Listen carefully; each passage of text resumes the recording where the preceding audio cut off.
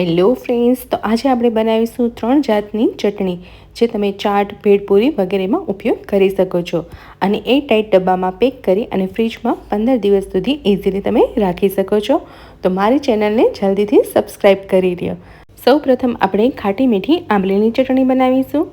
એની માટે 2 ચમચી જેટલી આંબલી લીધી છે, 1.5 ચમચી જેટલી ખજૂરની પેસ્ટ લીધી છે.